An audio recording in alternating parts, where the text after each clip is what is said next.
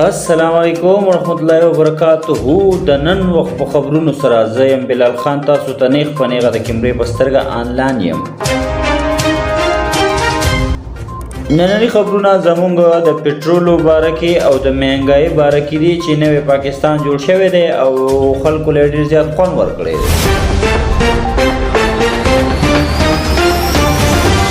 نن په 9 بجې باندې پټرول انتهایی ګران شو او په هغې باندې چې دی خلک ډېر زیات خوشحال دي.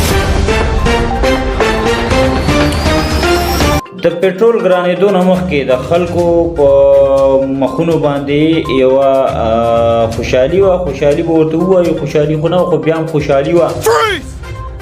د پټرول د ګرانېدو نه پس د 9 بجو نه بعد چې دی د خلکو د مخونو نه خندا لاړه او خوشحالي ترې لاړه او एकदम یې عمران خان ته دعاګانې شروع کړې.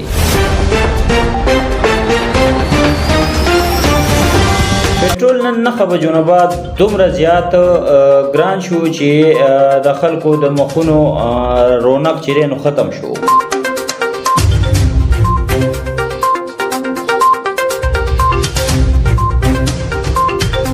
پټرول په 127.80 کې چلیدل چې 9 بجې شوې او په دغه وخت کې اډر راغی او د ریټ چینج کېدو ټایم شو نو چې وکتل एकदम 10 روپۍ ریټ بړاو شو او ډایرکټ د 127 نه 138 ته ریټ ورسېدو او په دغه باندې عوام ډېر زیات د عمران خان نه متاثره شو.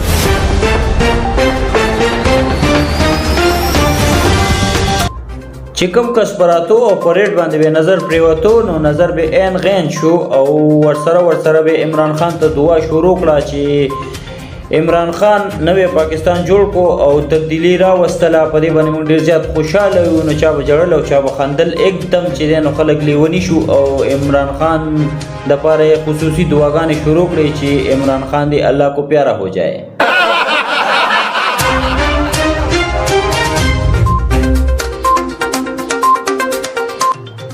دا پټرول ګرانېږي. د پټرول ګرانېدو سره سره ډیزل هم ګران شوي دي او پټرول او ډیزل څه کوي چې دې سره سره روټۍ هم ګرانېږي، اوړه ګرانېږي، راشن ګرانېږي او تنخواګانې په ځای ولاړې. تنخوا نه بړاوېږي. دا د عمران خان نوې تبدیلي ده. په دې باندې غریب عوام د عمران خان نه ډېر زیات خوشحاله دی.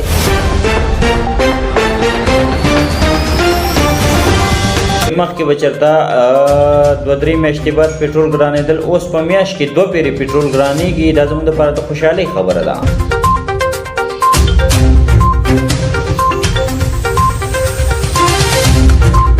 عمران خان د الیکشن نه مخکې ویلي وو چې زه به نوې تبدیلي راولم او نوی پاکستان به جوړوم. دا هم بلکل هغه نوی پاکستان او نوې تبدیلي ده چې داسې اډو چا راوستې نه وه.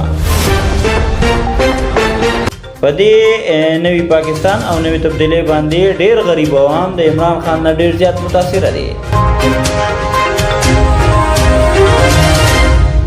د ګرانۍ سره سره چې دی نو کار روزګار هم عمران خان ډېر زیات خلکو راورکوي. غریبانان ډېر زیات خوشحاله دي ځکه چې یو غریب بې روزګاره شوی نه وي عمران خان ورته ډایرکټ ټلیفون کړی وي او داسې څه منصوبې جوړه کړې وي چې هغه له ډایرکټ روزګار ورکړي.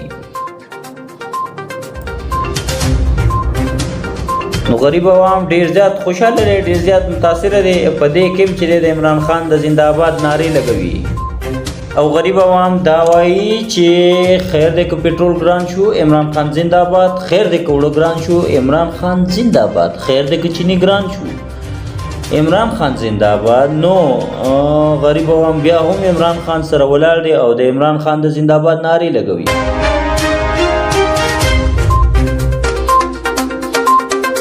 مونږ سره نن چې دی یو کس میلاو شو او هغه د مهنګایۍ باره کې او د پټرولو د ګرانېدو باره کې څه داسې وویل. السلام علیکم ورحمت الله وبرکاتو. زما ورونو نن موږ د مهنګایۍ باره کې لږه خبرې کوو. نن وایي پټرول ګران شو 10 روپۍ، خیر دی مړه 50 روپۍ دې ګران شي، 150 ته دې ورسېږي او موږ خو عادت دي د دې مهنګایۍ او انشاءالله تبدیلي را روان ده. لږه سخته ده، تېره کوي، خیر دی ډېره نه یو 5-6 مهینې ته دا تېره کوي. انشاءالله دا عمران خان به 15 کاله نور هم دغه کوي. انشاءالله زموږ امید دی د عمران خان